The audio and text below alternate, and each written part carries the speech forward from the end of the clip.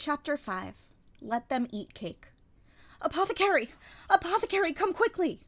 A haggard man was pounding furiously on the door of the shack. Maomao, not looking pleased, rolled out of bed and opened the little window at the entrance in a way that made it clear she found this a nuisance. A filthy, middle-aged man stood outside, not someone who looked like he had any money.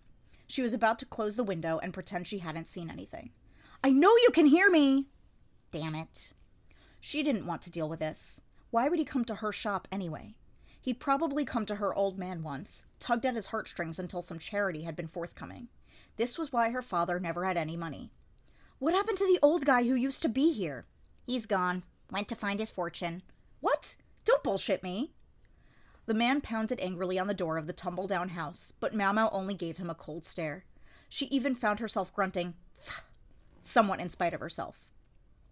"You're supposed to be running an apothecary shop. Don't you even have any medicine?"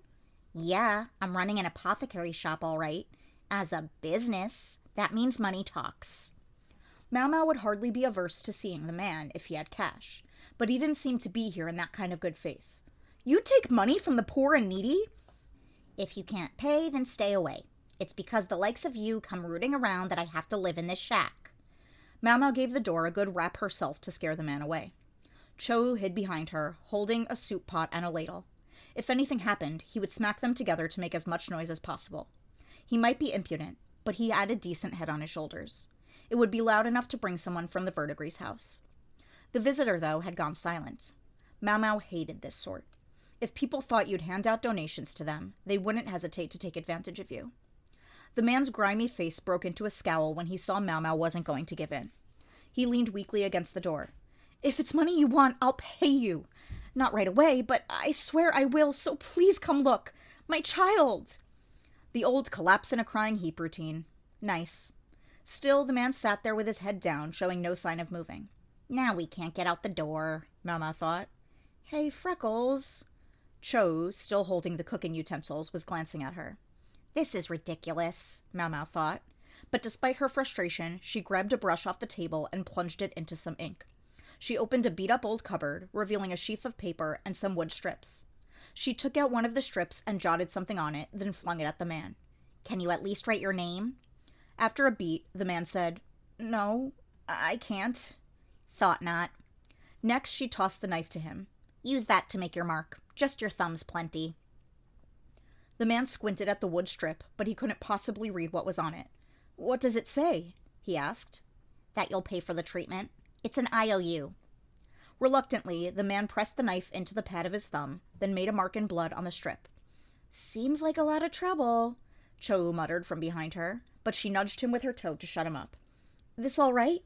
the man asked, looking at his thumb and handing the wood strip back to Maomao. "Guess it'll have to be." Maomao smiled, a bit villainously, but smiled all the same, and undid the door bar. The man eventually led her to an alleyway not far from a pleasure district. Men with haggard bodies and dirty clothes watched them. The man who had brought her gave the others a threatening look. "Maybe we should have brought another bodyguard or two." Maomao wasn't stupid enough to just run off after the guy. She'd asked Ukyo to come along.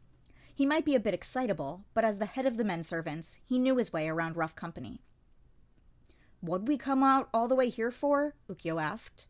"I don't like it any more than you do, but what else was I supposed to do?" "Huh, so you take after your old man after all," he said, mussing her hair fondly. She pushed his hand away. "This is it," the man said, leading them into a shack that had a piece of cloth instead of a door. A rancid smell filled the air, along with the odors of sweat and grime, not to mention old trash and even human waste.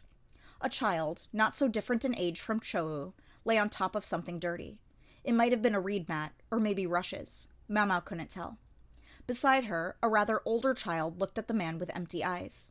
She was a girl, several years younger than Maomao, but she had none of the vitality her youth deserved.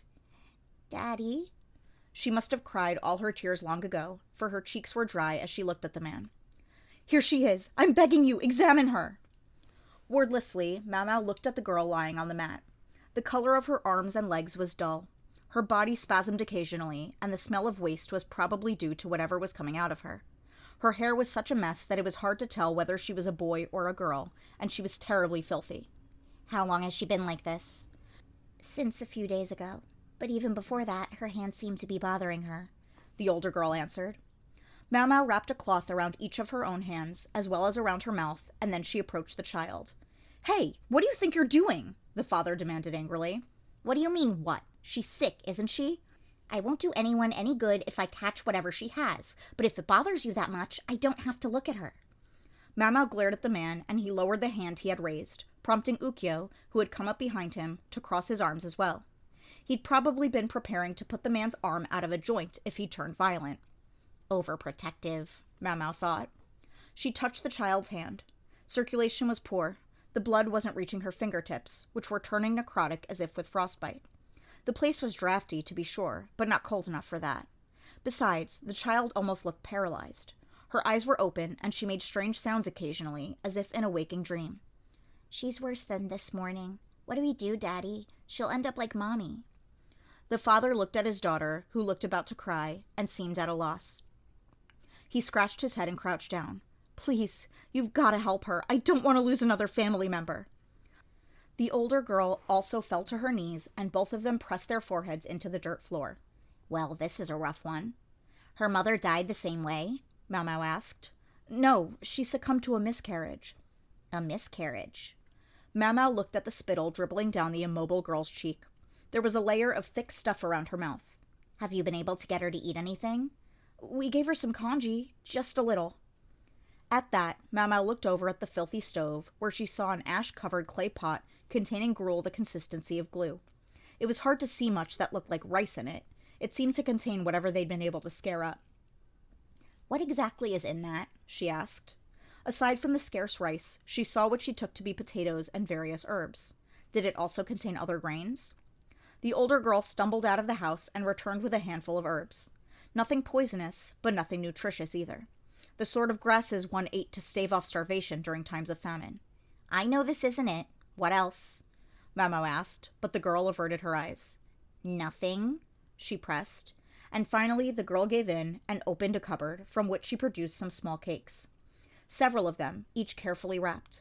Not of a quality that would have passed muster among the consorts of the rear palace, but still, they had a distinctly sweet smell. If they seemed a little damp, it was probably because they were being conserved, eaten bit by precious bit. "What are those?" the father asked, his eyes widening in surprise. Apparently, this was the first time he was learning of them. "Someone gave them to us. We decided to have them a little bit at a time when there was nothing to eat. We showed them to Mommy, but she said not to tell you about them, Daddy." Shocked by the deception, the man's face twisted into a grimace. "How dare you hide those from me? I run this house!" The older girl's lifeless eyes suddenly took on a spark. "But you don't even work, Daddy. You only gamble. You make us beg by the roadside, and then you take what we earn." Her words were harsh, but judging by the way the man's head drooped, evidently true. Here Maomao had been thinking he only wanted the best for his daughter, but maybe he'd just been afraid to lose a source of income. "Did you give your sister any of this?" Maomao asked, and the girl nodded. Maomao tore off a bit of the cake, sniffed it, and licked a few crumbs from her fingers. Her eyes narrowed. "You said someone gave this to you?" It was sweet, sweet enough to tell it contained sugar. An awfully rich donation to give a waif on the street. "Who gave it to you?" Maomao asked. "When?" "Don't know. My little sister was the one who got it, and she can't talk. It was before Mommy died, so I guess maybe a month ago." A cake with proper sugar was a real luxury for a commoner. Surely anyone who found themselves in possession of such a thing would simply eat it before it was taken from them. "You know anyone else who got anything like this?" Maomao asked, but the girl shook her head. "All right. Was anyone showing symptoms like this, girls, about a month ago?" "Now that you mention it," Ukyo said.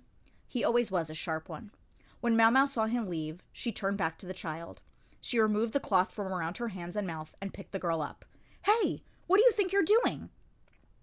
"I'm taking her back with me. She'll never get better in a cesspit like this. And take my advice. Get rid of those treats." More than anything, it didn't look like the girl had any hope of getting a decent meal in this place. And there was something else that bugged Maomao, too. "Let me take her," Ukyo said, coming back. "Thank you." Maomao handed the child to him, and together they left the shack behind. "The old man next door, his fingers were rotted off," Ukyo said as he trotted along carrying the girl. He said he'd spoken to the old man as the elder was begging by the roadside. His recollections had been hazy at first, but a few small coins in his palm had soon jogged his memory. He said a woman was giving them out. Claims he didn't see her face. Maomao said. This story was starting to sound fishy. Ukyo saw Maomao back to her home, then headed straight for the Verdigris house.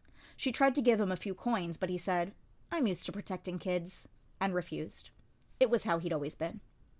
Maomao brought the grimy child into her shack. Chou, who'd been left effectively to watch the house, gave a pointed sniff. "What's with her? She's filthy." "A good reason for you to go heat some water. And here, take this and go ask Grams for some white rice." She gave him a handful of coins, and he dutifully went over to the Verdigris house. The thought of white rice to eat must have motivated him. It seemed likely the girl's condition had taken a sudden turn for the worse because of the cake she'd been fed. The older girl had said she hadn't eaten any herself, but had saved them all for her sister. If Mom was pregnant, maybe she'd found herself snacking on some too. Maomao looked on the shelf. Given that she ran an apothecary shop in the Pleasure District, she kept a supply of various abortifacients on hand, many of which would be deadly in the wrong dosage. One of them produced symptoms much like this. It was a toxin found in bad grain, and even small amounts could cause poisoning. The toxin restricted blood flow to the limbs and could quickly induce necrosis. The body became paralyzed, and people sometimes had hallucinations. The treatment was simple. Stop ingesting the poison. That and some exercise would work it out of the body. Sadly for this girl, if she'd been left in her house, she would have likely wasted away before she got better. Hence, Maomao had transferred her. "I wonder if I really needed to do that," she thought. It wasn't as if she believed the father would ever actually pay her. And if he did, she had to suspect the money would come from the older sister's begging. Even as she reflected that she'd really stepped in it this time, she was already getting some clean rags together. A few days later, they had a visitor, but it wasn't the middle-aged man again. Rather, his daughter. She had fresh bruises, and Maomao doubted she'd gotten them from falling down. The girl's little sister had recovered to the point where she could walk, albeit not very steadily. Malnutrition was a far bigger concern for her than the toxin had been. Her fingers still didn't move very well, but that would probably heal in time. Maomao was relieved to have at least gotten her into the bath the day before. At the moment, the girl was out for a walk with Chou, who'd started to act like a big brother to her. "Did you bring my money?" Maomao asked the grubby young girl, her gaze hard. "Where's my little sister?" "See for yourself." Chou could be seen outside the crude window, helping the child as she stumbled along. With her hair washed and tied up, she was actually starting to look like a little girl again. When she spotted her sister, the older girl almost went running over to her, but Maomao caught her hand. "My money?" "Money. Your money." She didn't have it. Of course she didn't. Maomao had known from the moment the old man had failed to come himself. That was why she'd had him sign what she had. She flashed the wooden slip at the girl. "You don't have it? That's fine. You can just sell her." She jerked her thumb toward the toddling child. "It's probably not too late if we start training her now." The older girl went silent for a beat, then her eyes slowly met Maomao's. Maomao had been sure she would break down crying, but those dim, near-dead eyes had that spark in them again.